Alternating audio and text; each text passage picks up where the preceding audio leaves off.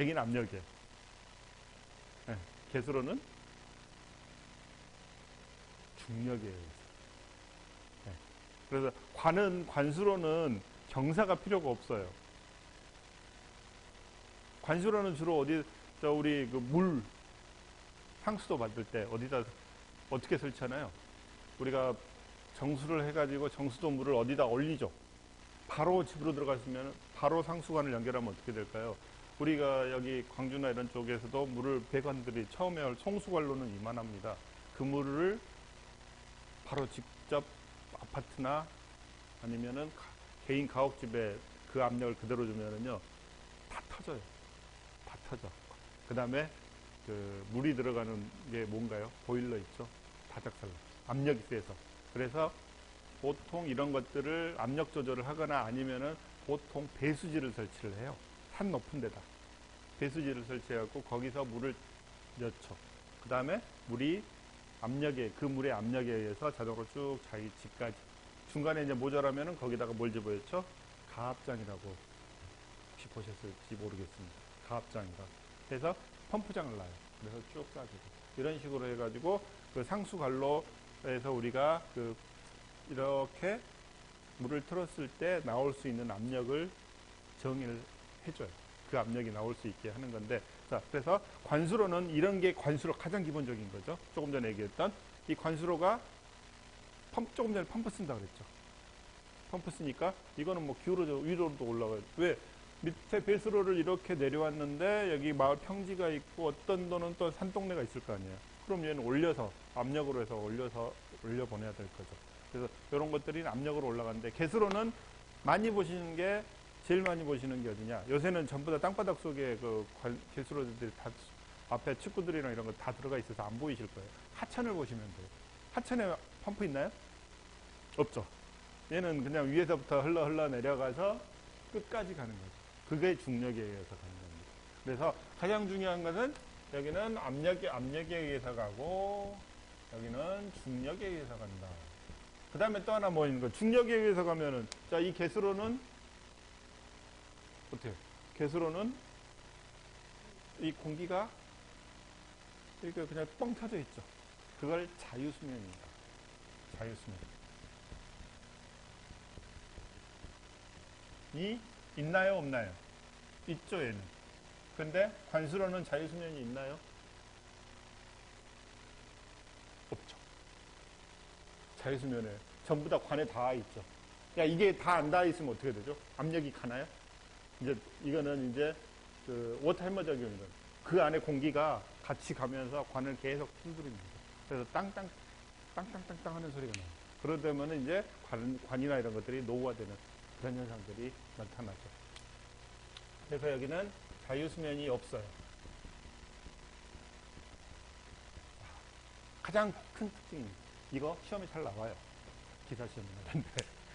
자, 상하수도 시간에 또 배울 겁니다. 그래서 개수로는 이런 특징들이 있죠. 그것들을 우리가 배우게 되는데, 관수로 종류 중에서는 이제 뭐 손실계수, 마찰 손실계수. 자, 마찰 손실계수라는 게 관이 흘러가는데, 그 다음에 또 하나. 자, 이렇게 우리가 하수관로 중에 흉관이라는 거, 콘크리트 관 보셨죠? 네. 흉관. 자, 그러면은 이 흉관은 하수관로는 평상시에 물이 차 있나요? 안 차 있나요? 안 차 있어요. 그러면은 여기 때 물이 이렇게 짤랑짤랑해서 이렇게, 자, 이게 물 표시입니다. 이게 수면선 표시예요. 자, 앞으로 기억해 두세요. 이렇게 하면은 여기는 물이 있는 높이라는 겁니다. 자, 그래서 여기에서 이렇게 물이 짤랑짤랑 차 있어요. 이럴 때는 여기가 자유수면이 있나요? 없나요? 있죠. 여기쪽이 자유수면이 있으니까. 자, 이렇게 차 있어요. 근데 홍수기 때 물이 많이 오면은 어떻게 되나요? 이게 차겠죠. 그러면 여기는 자유수면이 있나요? 없나요? 없어지죠. 자, 그러면은 관도, 하수도 관도, 평상시에는 오픈 채널이 되다가, 유지되다가, 개수로로 유지되다가, 물이 가득 차서 흐를 때는 파이프, 관수로로. 그러니까, 그렇죠. 그게 이제 어떤 현상으로 나오냐? 여기가 우리가 맨홀 뚜껑 있죠? 얘가 솟아오르는 거죠. 예, 거기서 이제 압력으로 쳐버리는 거죠.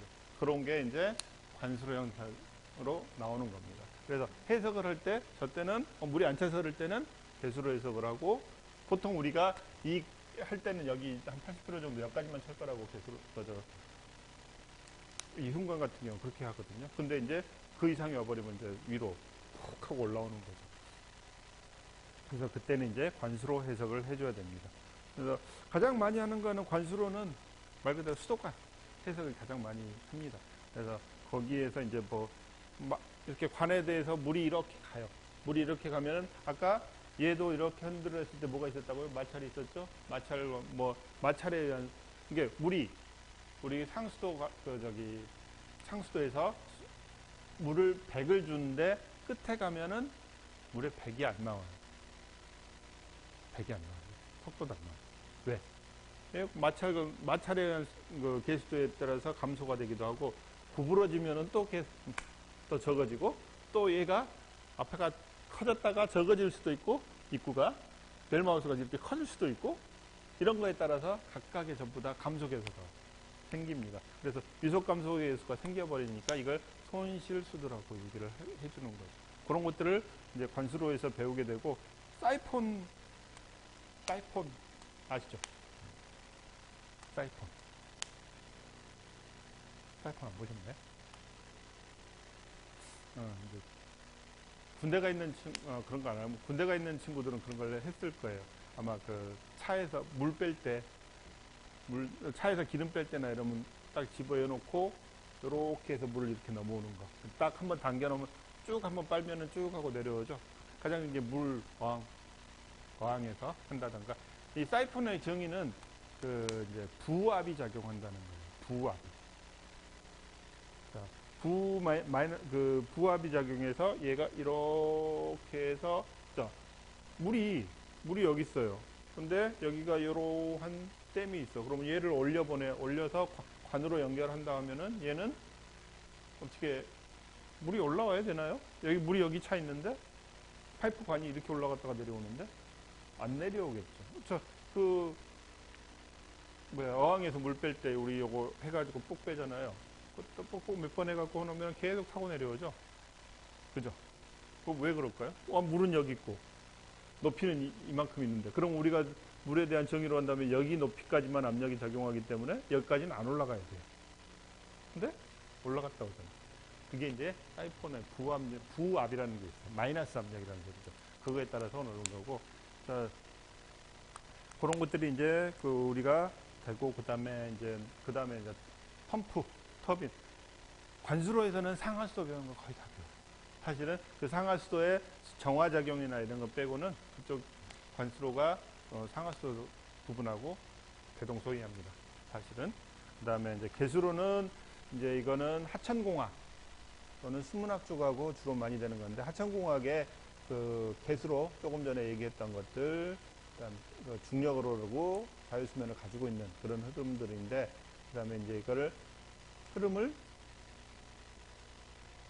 등류, 측류, 난류 이런 것들을 여러 개로 나눠요. 흐름 자체, 우리가 일반적으로 보는 흐름 자체를 여러 개로 분석을 합니다. 그래서 측류라는 거는 물이 반듯하게 이렇게 일정하게 간다라는 거예요. 그 다음에 난류라는 거는 터뷸런스가 발생하죠. 그러니까 물이 유속이 빠르면 어떻게 되죠? 처음엔 쭉 가다가 이렇게 막 흔들리죠. 그런 것들을 어떻게 분석하고, 이게 난류냐 측류냐 또는 한계류냐, 여기에 난류하고 이 흔들리는 속에 경계선이냐, 이런 것들을 우리가 분석해. 이제 수치로 분석을 해줘. 그게 이제 레이놀드라는 사람이 좀 이따 나오겠지만, 레이놀드라는 사람이 언제쯤 했을까요? 이것도 1800년대에 해놓은 거예요. 그걸 우리가 아직도 쓰고 있습니다. 그래서 그것들로 해서 이제 흐름을 한계를 딱, 여기는 측류, 여기는 난류, 이 흐름은 측류, 이 흐름은 난류, 이런 것들로 숫자로, 얘네들은 순전히 계속해서 실험을 해서 나온 결과치를 가지고 통계적인 분석을 통해서 이 수식으로 해서 무슨 값이 나오면은 여건 측류, 이 수식으로 해서 무슨 값이 이상이 나오면은 난류, 또는 그 범위 안에면은 한계류, 이런 식으로 해서 숫자를 딱 그 흐름 자체를 결정을 해 놓는 거예요. 그런 게 이제 여러 가지 방법이 뭐 등류, 측류 얘기했죠. 상류, 사류 뭐 이런 것들이 여러 가지가 있습니다. 그것들을 뭐 플루드 수, 레이놀드 수 해가지고 딱 수식으로 풀어내서 결정을 해 놓는 거. 이런 것들을 배우게 되고요. 그래서 이건 하천의 흐름에 우리가 주로 하천의 흐름에 적용이 되는 부분들입니다. 개수로는 또 하수도에도 적용이 돼요. 하수도에도. 그 다음에 이제 댐 같은 데 가면은 도수로 같은 거, 여수로 같은 경우 흐름들이 있잖아요. 도수로, 댐 가면은 뭐 물로 오픈시켜서 방류하는 데도 있지만은 지금 전라도에 있는 댐들 중에서 농업용수 댐들이 많아요. 보시면은 어디 놀러 가시면은 한국농어청공사 해가지고 다 붙어 있죠. 그거는 우리가 못 먹는 물입니다. 농사 지을 때만 쓰시는 물이에요. 그래서 우리가 쓰는 물들은 주로 그 상사댐, 주암댐, 거기서 먹는 물하고 또는 장흥댐. 전라남도는 그 두 개가 커요. 그죠? 그래서 장흥댐은 여기 저쪽에 서북권 8개 몇 개 시도되고, 여기 주암댐 같은 경우는 동북권, 그 다음에 주암댐 물이 광주도 오게 됩니다. 그래서 사실은 물이 없으면은 공장을 짓고 싶어도 못 지어요. 허가도 안 나요. 그래서 그 광주 이 동북권에서 광양, 여수, 순천을 동북권이라고 그러죠. 그 동북권에서 공장을 짓고 싶은데 허가가 안 났어요. 왜? 물이 없어서. 그게 이제 저기 장흥댐이 건설되고 나서 장흥댐이 저쪽으로 물을 가져가니까 분산을 시켜주니까 얘가 좀 여유가 있어서 공장을 더 증설할 수도 있고 그런 게 있습니다. 자, 전기나 이런 건 끌고 오면 돼요. 그죠? 전기나 이런 거는 멀리서부터 선만 연결하면 끌고 오니까. 근데 물은 관수로 파가지고 그 방법은 여러 가지가 있어요. 물도 이제 그거는 상하수도에서 배우겠지만은 지금 우리 지금 물 드시죠? 뭘로 드세요? 뭐 그냥 수돗물 그냥 바로 드시진 않을 거고. 그래요? 이런 답이 나올 줄은 몰랐습니다. 보통 정수기 쓰시니까. 네, 정수기로 많이 드시니까 그 정수 시스템이 뭐냐면은 RO 시스템이라 그래가지고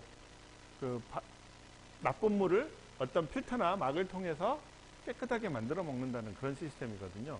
그래서 이제 그 필터 대신 지금 집에서 쓰시는 정수기는 활성탄이나 이런 것들을 통해 가지고 깨끗한 물로 나오게 하는 거고, 그 RO 시스템이라는 것은 중공막을 사용해 가지고 그 물을 압력으로 쭉 밀면은 이렇게 깨끗한 물이 나오는 거거든요. 그건 이제 대량으로 할 때. 그래서 지금 우리나라 같은 경우 두산 같은 경우나 이런 쪽이 요새 전쟁 나는 그런 쪽에 RO 시스템, 그러니까 그런 것들 건설해 갖고 유지 관리까지 다 하고 있어요. 그리고 수질 정화 능력 같은 경우 우리나라가 굉장히 뛰어납니다. 그것도 사실은 이제 중소기업 흡수해 갖고 얻은 기술이긴 한데, 그런 것들을 이제 수질 같은 경우 갑자기 전쟁 얘기 나오니까 그렇네. 거기서 지금 그것도 파괴 시설 중에 하나래요. 사실은 파괴를 물이 없어지면은 지금 이란이 지금 아무데나 포스하잖아요. 뭐 여기도 쏘고 지금 원유 시설도 쏘고. 근데 여기 일단 거기는 물 없으면 못 사는 동네니까. 마찬가지로 우리나라에도 옛날에는 봄철, 특히나 봄철 되면 이제 물이 없죠, 가뭄이. 그럴 때 공장 운영하기 위해서 그 RO 시스템을 썼었어요. 이제 원래 가장 좋은 방법은 뭘까요? 소금물을 우리가 먹을 수 있는 가장 좋은 방법. 끓이면 돼요. 증발시키면은 위에 물이 떨어질 거 아니에요. 예, 물이 남고 그것이 가장 좋습니다. 근데 거기에 에너지가 많이 들어가죠. 그러니까 못하는 거예요. 근데 예전에 이제 한참 전이근데 포철이나 이런 데는 공정을 돌려야 되니까 그 바닷물을 끌어들여가지고 정수해서 썼던 그런 경우도 있습니다. 그런 게 해보니까 이제 일본에 지진 났을 때 물 없을 때 그 시스템을 저쪽 보내서 그쪽에서 물을 또 해서 먹기도 하고 그런 것들을 많이 했죠. 그래서 물 같은 경우는 이제 계속 저희는 자원이라 그래요. 여러분들 이제 나중에 하면 수자원공학이라고 그래요. 자원이라는 건 돈이거든요. 그죠? 저는 이제 수리학하고 수자원, 결국은 수자원이에요. 이제 수리학은 그것을 수자원을 가지고 여러 가지 분배하고 하는 것들이 있는데 수자원 같은 경우는 이제 앞으로는 정말 물 때문에 저희 대학 때 교수님들이 그런 말씀을 하셨어요. 니네들 다닐 때는 물이 기름보다 비쌀 수도 있다. 그죠? 자, 지금 기름 좀 올랐으니까 기름 1리터에 얼마인가요? 리터당? 개솔린? 네, 이제 올라갔고 1,800원대까지 넘었어요. 네. 자, 그럼 물 1리터에 지금 일반적으로 사는 물 얼마인가요? 1리터, 1.5리터 사면 우리가 2,000원씩 주죠. 1,500원, 2,000원인가요? 그러니까 더 비싼 거 에비앙이나 이런 건 엄청 비쌉니다.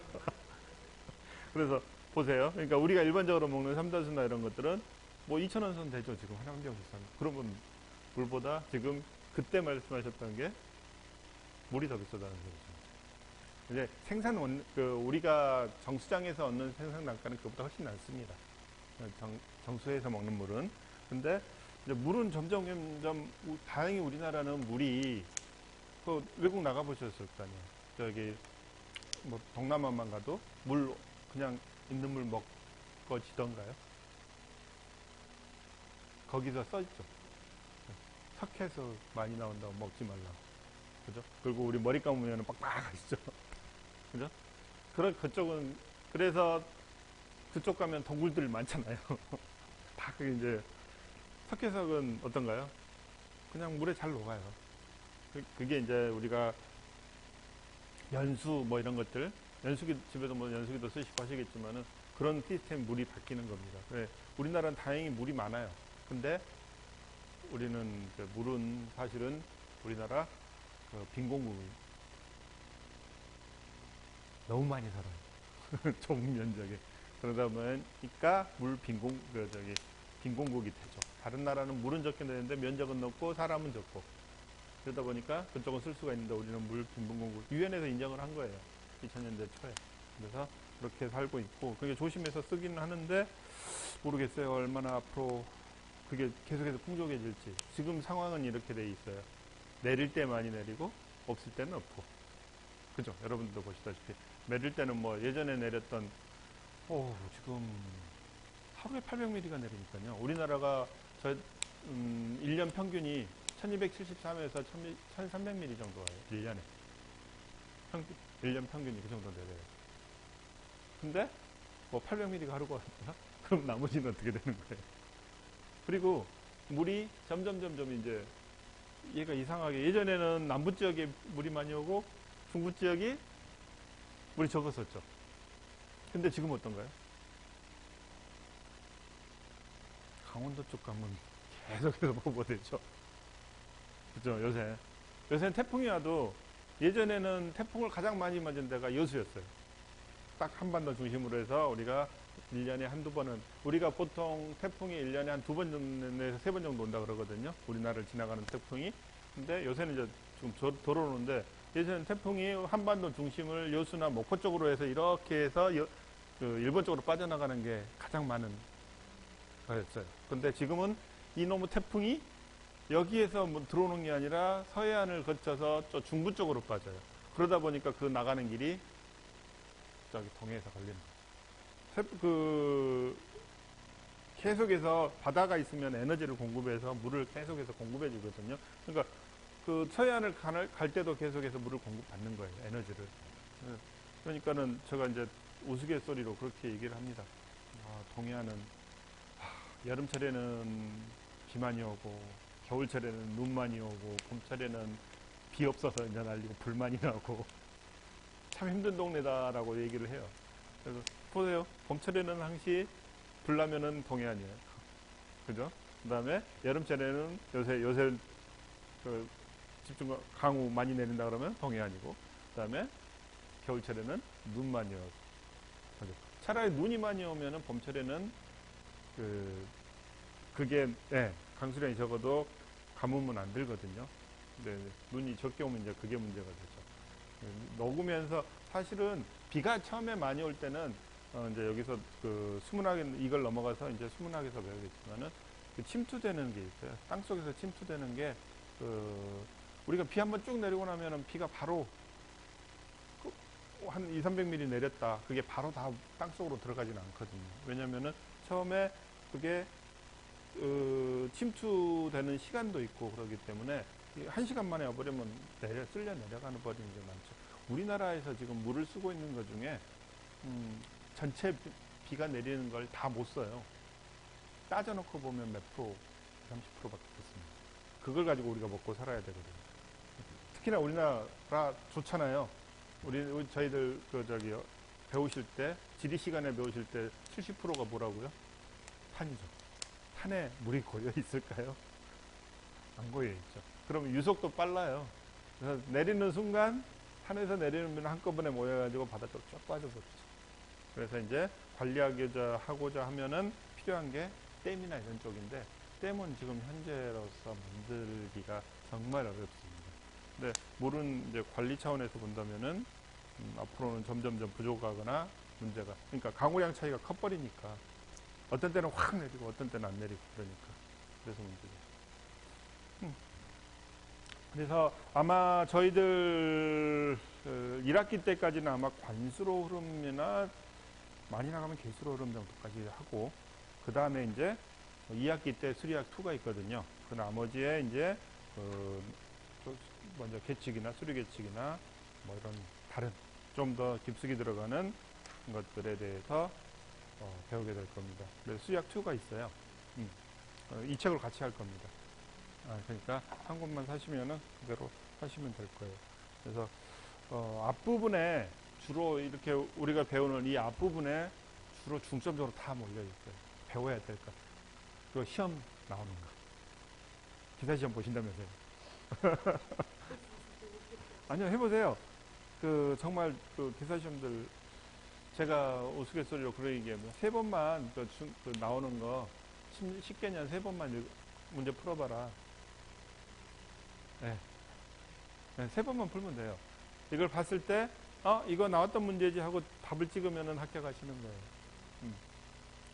그러니까 그렇게 한번 준비를 해보세요. 하시려면은 지금부터 하세요. 그냥 모르더라도 한번 읽어보고 그 다음에 이걸 수업을 들으면 또 달라져요. 그러니까 이 수업만 가지고는 안 돼요. 이거 아마 그 수업을 듣고 나면은 그 다음에 이게 뭘 적용되는 거지? 뭘 하는 거지? 이런 것들이 나오는데, 이게 이제 문제를 풀어보면은 적용을 할 수가 있고, 이게 왜 그렇게 배웠지? 하는 것들을 알 수가 있죠. 그리고 문제는, 20문제가 나오는데, 20문제 나오잖아요? 각 과목당 20문제 나오는데, 요거는 또, 수리학은 또, 우리가 수리수문학으로 나와요. 수리수문학으로 나와요, 이게. 그래서, 수문학에서 또 다른 문제가 나오니까, 그래서 한 15문제 정도 나와요. 그래서, 저는 그래요.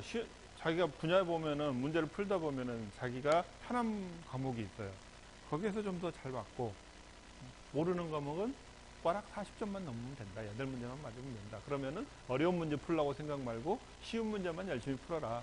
그 다음에 산업기사는 절대 꼬아서 안 나온다.